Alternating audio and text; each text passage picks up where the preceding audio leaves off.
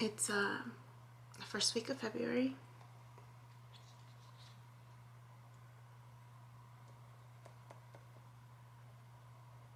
It's been an interesting few days, weekend included. I interacted with a lot of different people. One of them reached out because this person said she saw me in a vision. She's going also through her own spiritual awakening and taking a different healing route. I had heard of it, ayahuasca. I remember being curious about it. And she said that my face came up and in one of her visions, and she reached out. And I was so grateful for her to reach out, and only to find out that we've been going through similar things, kind of similar time frame, just different roles in those cycles that were repeating itself, right? And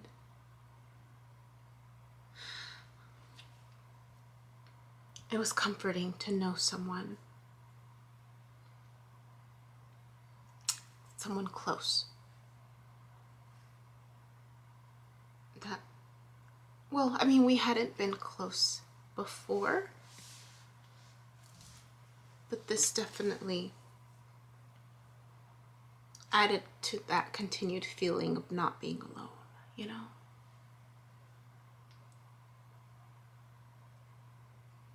At least during the part where we're grieving. And I've mentioned I've had my own share of cycles. We're always in a cycle, apparently. And we're always in a cycle. I had another encounter with someone this weekend as well, and someone from my past that I also had created distance, and we were talking about perfection, you know. We were talking about perfection, this idea of perfection. And this person turns to me and says, well, you know, nothing's perfect, right? Only Jesus is perfect. God is perfect. And I mentioned that I had been reading this book. And I turned to her and I said, you know, it's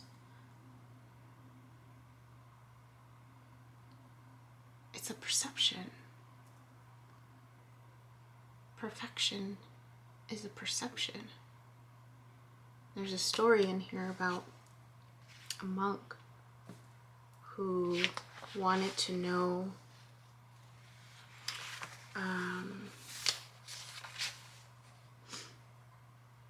a concept, what was immaculate and pure, and what was truth almost.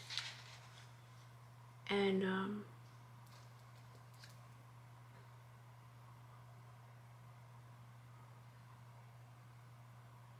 this person whom he asked pointed to horse poop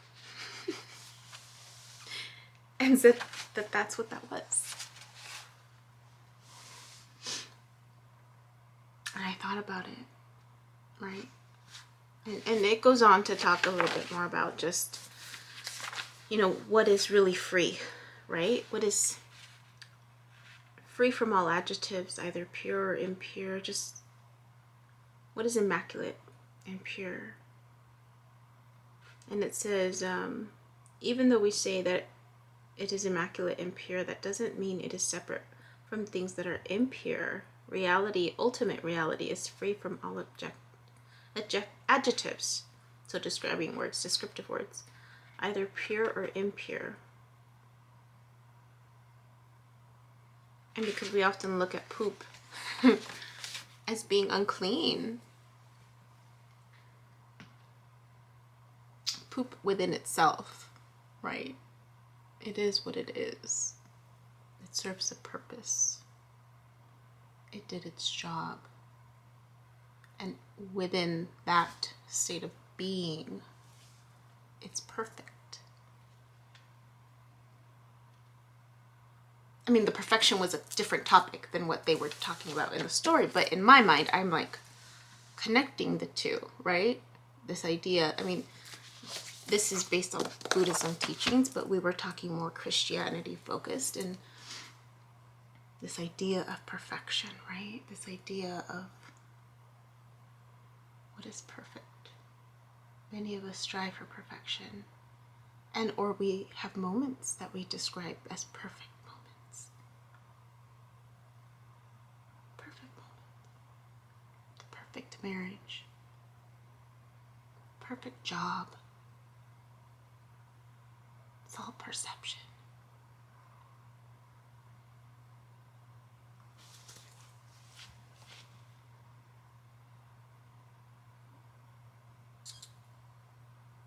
So we were talking more, you know, I was just catching her up with just some of the experiences that I had been having, and I shared how some of the experiences that I had, it seemed perfect. They almost seemed like perfect.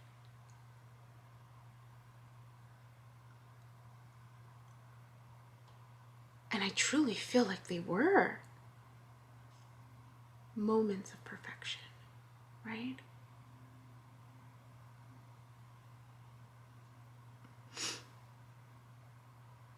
I had another encounter with someone else who made a comment about a decision that was made, stating now this person is going to be able to feel happiness and authentic.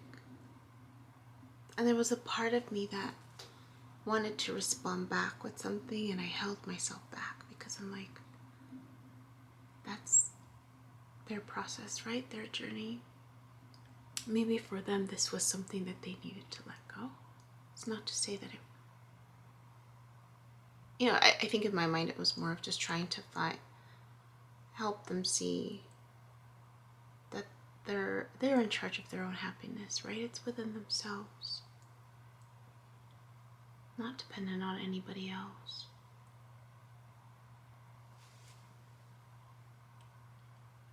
And these other interactions, and of course I'm like reflecting back and just like, okay, what's the lesson for me, right? There's this theme I'm now picking up that wasn't apparent as before, but I'm picking it up.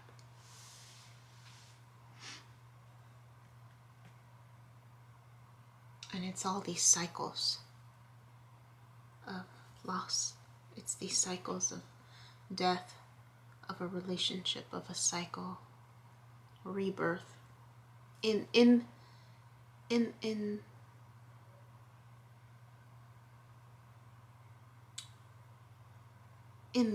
the squeeze of it, almost the in-between. This continued theme of being in the in-between.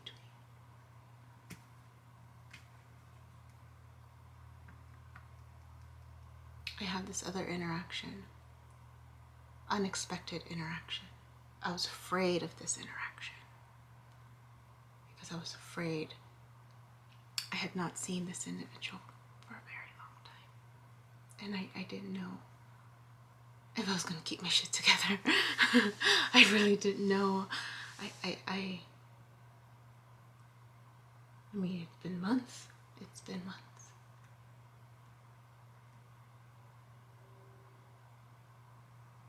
And I was asking for the signs, like, am I supposed to accept this, right? Do I go? And I saw the signs. Okay. But I'm feeling a little uneasy. Again, it had to do with someone from my past. I really was trying to pump myself up with music, like, okay, I got this, right? Been through the trenches. I got this, I got this. I get there. There's a few distractions. But my heart ached. My heart ached. And I tried not to pay attention. I couldn't even look in that person's way. My heart ached. Ached.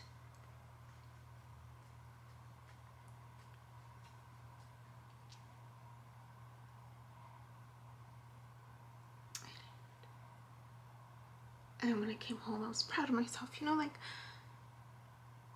for not falling apart, for not, at least not there. So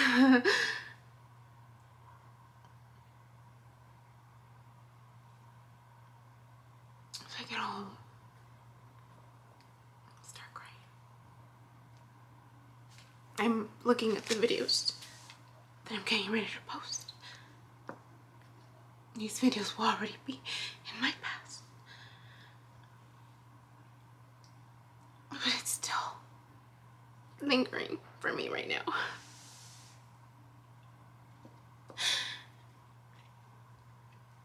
I start crying for that. And then part of me is like, you know, it's that time of the month. My pattern is that on the first day, I get emotional. And then it goes away and then I'm good. But for one good day, I'm extra sensitive. It doesn't last any more than that one day. Well, pre all this spiritual awakening stuff, where crying has been more of my MO, but I really thought that that's where it was coming from, so I tried to shake it off. Dance just made me cry even more. So I stayed up crying. Of course, that exhausted me. I didn't wake up early. I didn't meditate. I had a weird dream. I was trying to remember it. And then MJ's message is about grieving. The next morning. Which I'm sure I'll probably include in the link.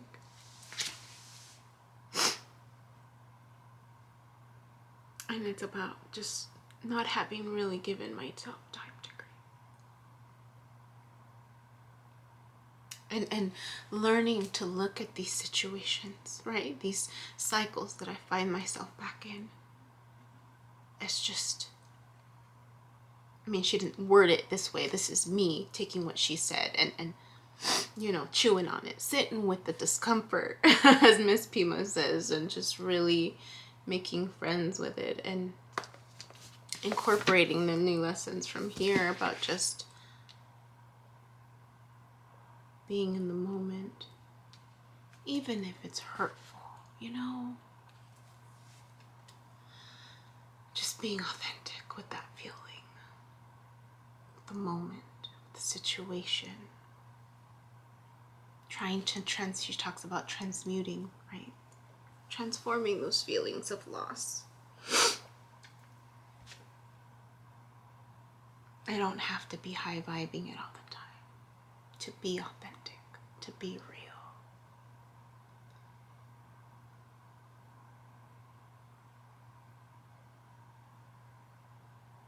So I'm trying to sit with it. I'm trying to accept it for what it was. Just perfection in the lesson learned. Perfection for what it was. For what I'm able to take from it. To be able to move on.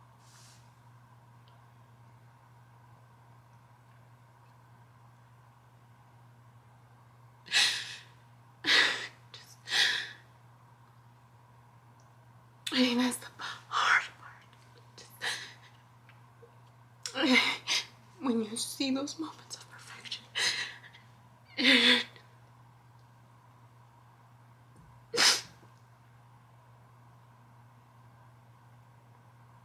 The old memory you can take from it is just that. Because I can't control the other people around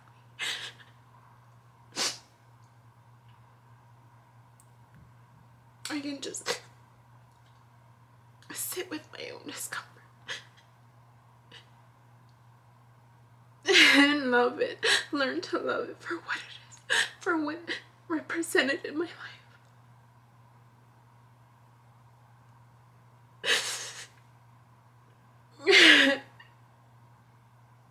And I think the difference between this cycle and the other cycles that I've had is that it doesn't feel like I have closure. It doesn't feel like I have closure here.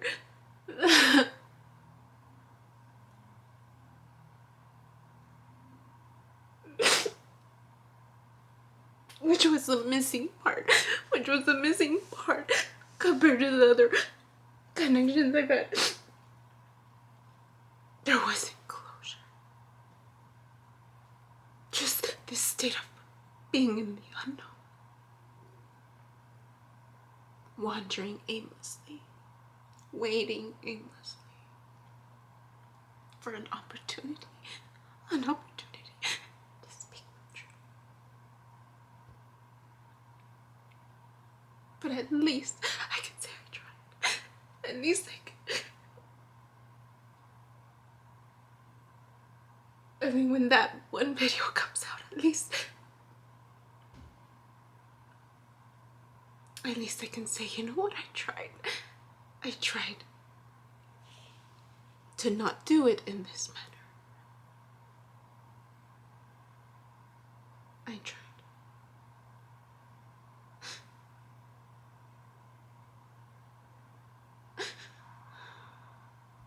That sucks. That really sucks. To just have to not have all the puzzle pieces for this spectrum of it, you know? The first event, at least I was able to make the time for closure, you know? We made the time to sit. It was like a good month and a half of just processing emotions and talking to speak our truth as best as we could. That was beautiful.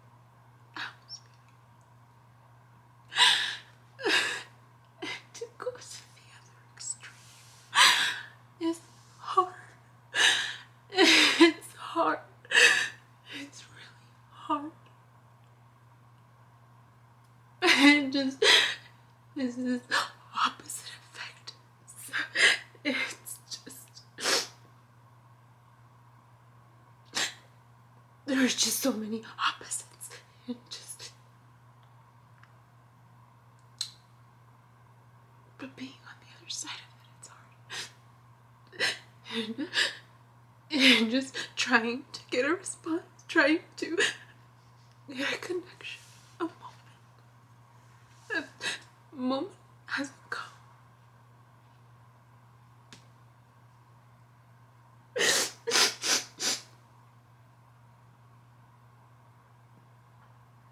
I'm just grieving. And I'm just thinking of all the people who just didn't, who are on this side of the spectrum, who didn't get a chance for closure. Like people who lose loved ones in an instant. Like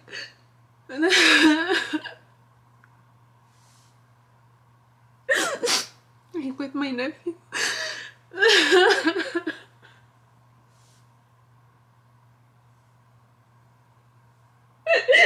Where it was, they were fine one moment and then the next moment it just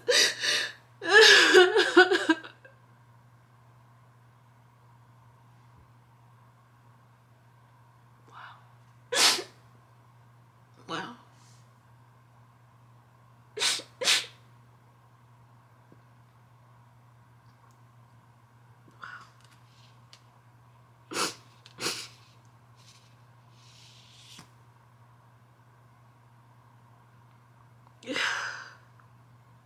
What a lesson. What a lesson. What a lesson.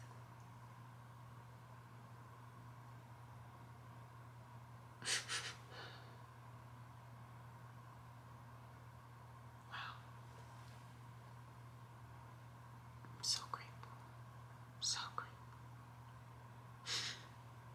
I'm so grateful for this lesson.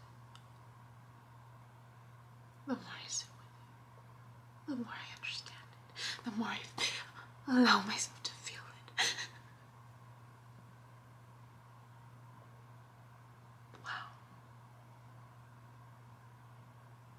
The more I will be able to transform it. I know it. I know. Right now I just need to sit with it for a while. Because this one is hard. This one is really hard.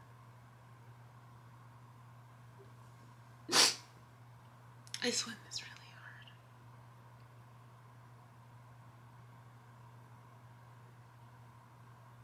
hard. I wish I could just be like, tell you me.